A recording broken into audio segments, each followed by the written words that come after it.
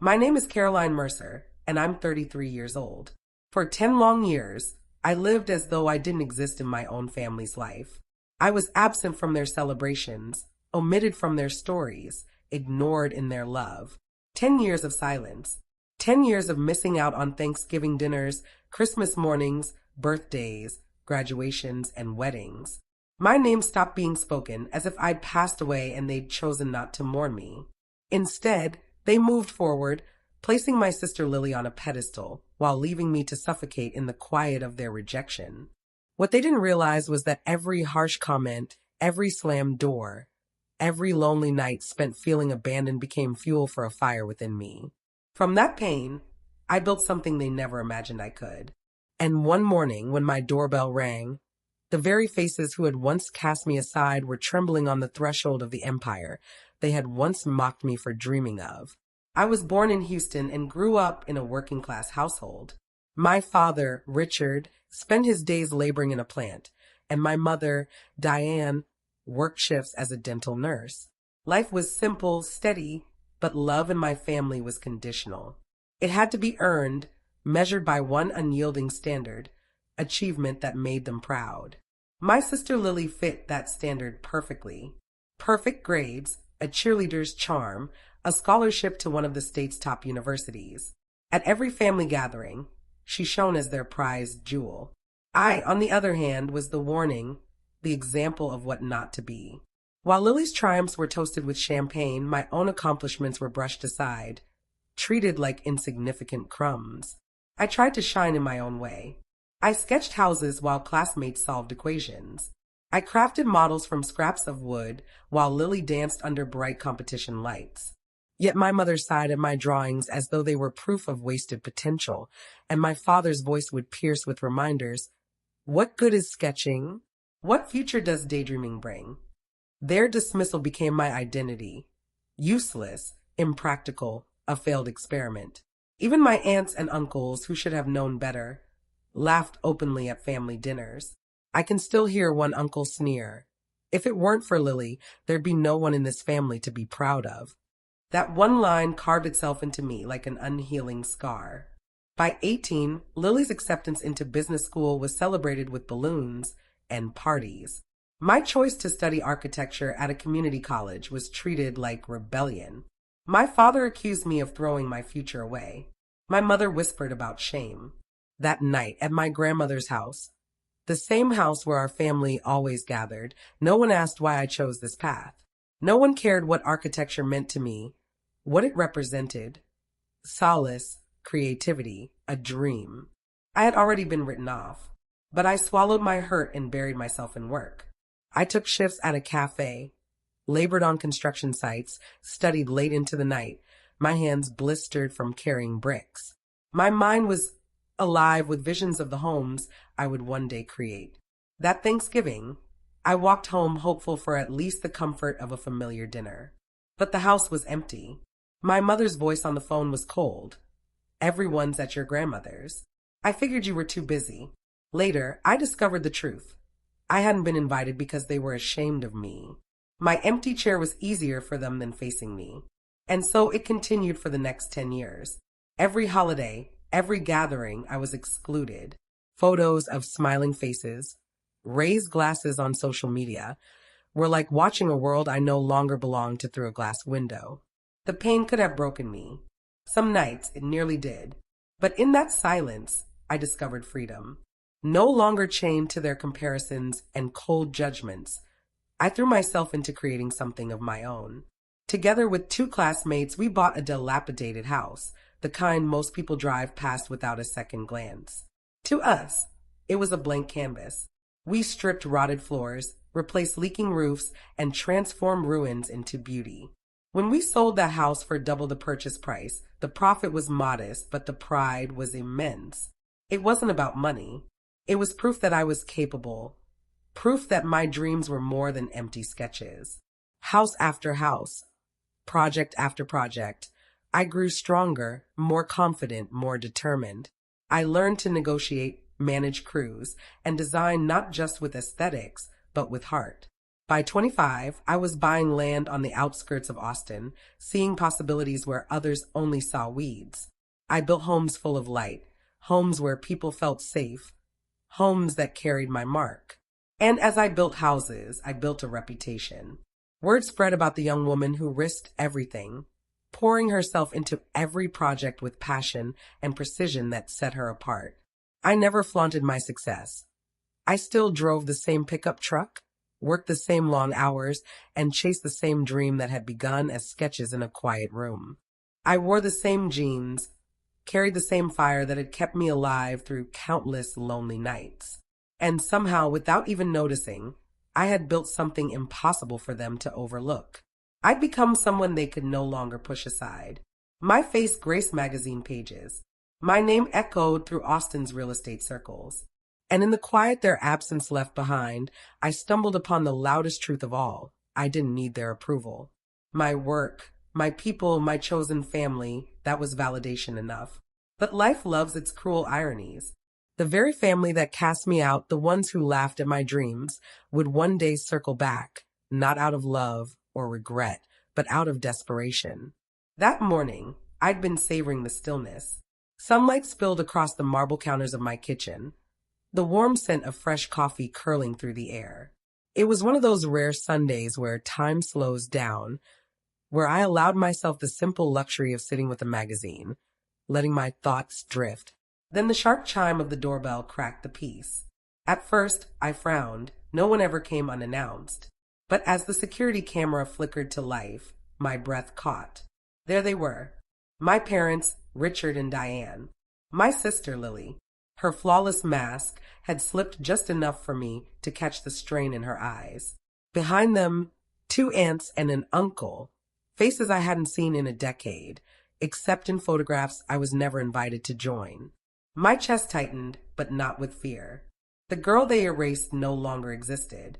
What remained was me, Caroline Mercer, the woman who built an empire from nothing. I opened the door, my grip steady on the brass handle. Their eyes darted around the foyer, taking in the chandelier, the walnut floors. Lily's boyfriend shifted beside her, tugging at his tie like it could somehow hide the awkwardness. My father forced a brittle smile, stumbling over words he once spoke with ease. My mother clutched her purse to her chest like a lifeline.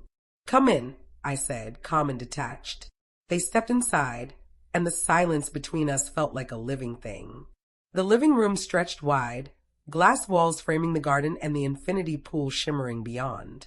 I saw their expressions flicker from awe to unease. For a fleeting second, pity tugged at me. Then memory came rushing back. The years of being shut out, the holidays alone, my father's voice calling me a failed experiment. That pity hardened to steel. I poured coffee, set a tray of pastries on the table, and waited. Small talk floated weekly. The drive down, the weather, comments on the furniture. But beneath it, I could feel the weight of what was really pressing on them. It was my mother who cracked first. She set her cup down, eyes glistening with forced sentiment. "Caroline," she began softly, "it's been so long, but families should stand together in hard times. Lily's going through a divorce. It's been hard. Legal fees, settlements," her voice trailed off, replaced by silence heavy with expectation. I stayed still, my hands folded in my lap. Lily sat rigid, staring at the floor. The perfect sister they all celebrated now diminished by sleepless nights and the ruins of her perfect life. Then my father leaned in, his voice clipped but deliberate. "This could be an investment. Caroline, you've built something strong. If you help the family now, it stabilizes everyone. It could even benefit your company long term. Think of it as contributing to the family legacy." His words dripped with the same authority he once wielded over me, but I could see it in his eyes now. Desperation. I let the silence stretch. The irony nearly choked me. 10 years of erasure, and now they stood in my home asking for salvation. My mother's anxious stare. My father's brittle mask of control. Lily's silence. It was all a performance I had no interest in acting out. When I finally spoke, my voice was calm, measured, edged with steel. "So, after 10 years, the only bond left between us is the balance in my bank account?" The room froze. No one met my eyes. My father's jaw tightened. My mother blinked rapidly, lips pressed thin. Lily's fist clenched in her lap, her shoulders taut with a pride she couldn't swallow. I leaned back, the words tumbling out, not with anger, but with clarity sharp as glass. In those 10 years, did anyone call me? Did anyone ask how I was doing? Did anyone invite me to a single Thanksgiving, Christmas, or birthday? Tell me, because I don't seem to remember. Their silence was my answer. The shame on their faces, the way their eyes darted away, confirmation of what I had always known. I could have left it there, but the weight of the years pressed forward, demanding to be spoken. When Lily got married, the whole family celebrated, photos plastered on social media, while I sat alone in a tiny apartment, not even knowing it was happening. When Mom had heart surgery, I drove 4 hours to the hospital, envelope of money in hand, flowers in my arms. And what did I hear at the reception desk? That I wasn't family enough to be let in. I sat in that hallway for hours until they allowed me 5 minutes when she was unconscious. I left the money behind, and it vanished without acknowledgement. No thanks, not even a word. And when Lily's son applied for college, I quietly sent money to help with tuition. It came back with a message, we don't need it. Not didn't need it, didn't want it. Not from me, from the failed experiment. My voice trembled then, not with weakness, but with the weight of all those years. The silence thickened, suffocating. My father coughed, staring into his coffee as though it held answers. My mother's eyes brimmed with tears. Lily sat frozen, nails digging into her palms. The shame was almost tangible, but I still wasn't finished. I drew a slow breath, letting the fury that once would have broken me rise now as pure clarity. My gaze locked on my father, the man who mocked my dreams, who called me a failed experiment in front of a room full of relatives. You came here today to speak of family, I said evenly. But where was that family when I needed it most? When I was working 3 jobs to pay? Did anyone bring me a glass of water in school? I asked. When I was hauling bricks, my hands raw and bleeding through my gloves, did anyone offer a word of encouragement? When I risked everything on a loan to start my own business, did anyone believe in me? Or did you all shrug it off as a foolish whim? My words cut through the room like sharp knives, shattering the silence they had hoped would shield them. My mother lowered her gaze, her hands trembling with shame. My father shifted uneasily, his dignity crumbling under the weight of truth. Lily stood rigid, pride choking her into silence, her lips pressed so tightly they had gone pale. Then, unexpectedly, a voice broke the tension. It wasn't theirs. It came from the stranger in the room, Lily's boyfriend. He straightened in his chair, tie flawless, arrogance coating every word. Caroline, he said, I don't get why you're being so harsh. Family is family. If you have money, you're supposed to help. It's not optional, it's a duty. I stared at him, stunned. Then I almost laughed at the absurdity. A man who had never seen me scrub floors until my knuckles bled, who had never witnessed me crumble under exclusion, had the audacity to lecture me about obligation. A bitter smile curled my lips, and then the laughter came. Sharp, cutting, echoing through the elegant room until every face burned with discomfort. When it faded, I leaned forward, voice calm but firm. You want to talk about obligation? Let me show you what that looks like. I reached for the tablet on the side table, the one I kept for business reports. A few taps, and the screen glowed with numbers, financial statements of my company. Multi-million-dollar revenue year after year. Steady growth, profits reinvested into projects reshaping parts of Austin's suburbs. I turned the tablet toward them. This is what I built with my own hands. Without a single dollar from this family. Without a word of encouragement. I swiped again. Photos appeared. A ribbon-cutting ceremony at a children's hospital I helped rebuild. Thank you letters from doctors. Children smiling in new treatment rooms. This is where my money went, into hope for sick kids, for parents who thought they had none. Another swipe revealed students, young men and women in trade uniforms, holding certificates, their faces shining with pride. Scholarships I had created for kids who wanted to work but couldn't afford tools, books, tuition. I gave them boots, equipment, and opportunity. Many work for me now. They didn't ask for handouts. They showed up ready to work. That is who I help. That is where my obligation lies, with those who honor effort, not those who ignored me until they needed a check. I lifted my eyes to meet theirs, letting the weight of my words sink in. Family isn't blood. Family is how you treat each other. And how did you treat me? You excluded me from weddings, erased me from holidays, turned me away at hospital doors. You rejected me even when I tried to help. If that's what you call family, then I want no part of it. Silence swallowed the room. My mother's eyes brimmed with tears, lips quivering in an unspoken apology. My father looked away, shoulders sagging under the collapse of his authority. Lily's gaze dropped to the floor, her proud features twisted by shame. And the boyfriend who had spoken so boldly now sat rigid, jaw clenched, eyes avoiding mine. I leaned back, the calm inside me surprising even myself. I don't need apologies. I don't need explanations. What I needed was a family when I was young. You made your choice. Now I'm making mine. The words hung heavy, final.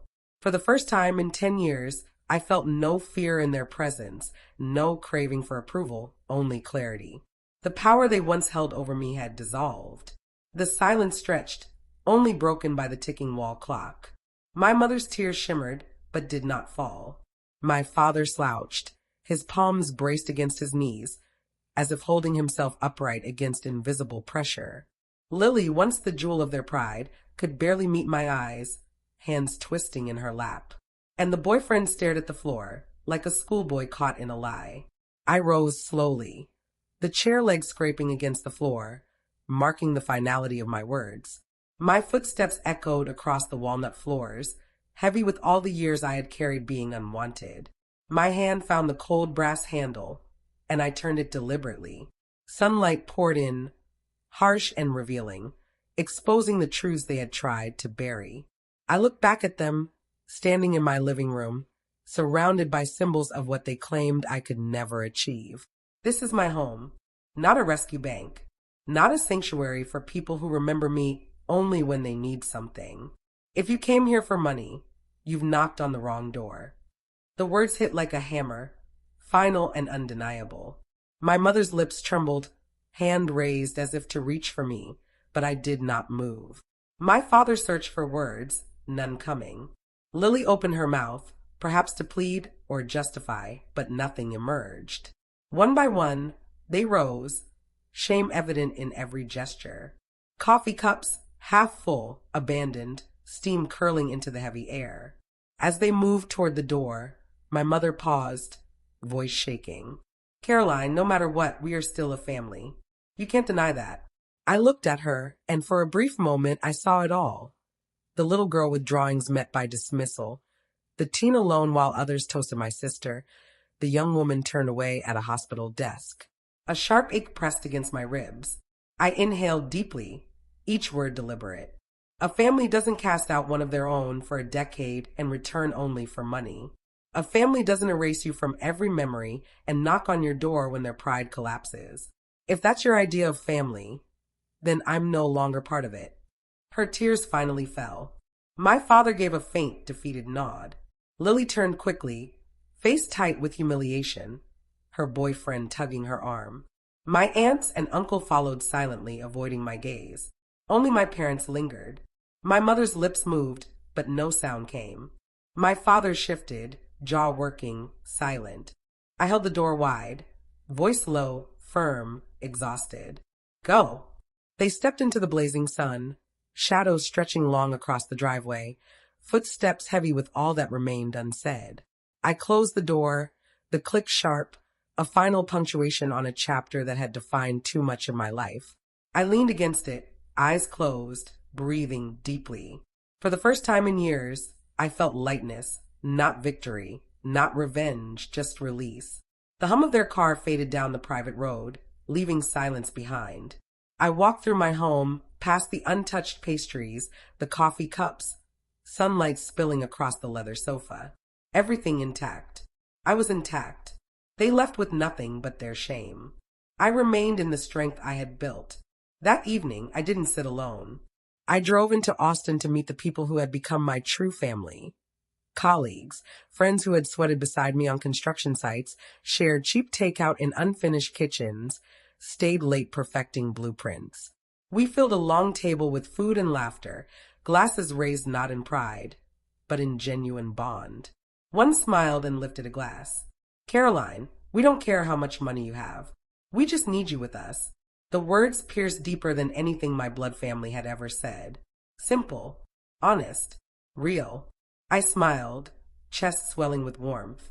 This was family, the kind built not by obligation, but by loyalty, presence, and love. Driving home under Austin city lights, I realized I hadn't lost a family.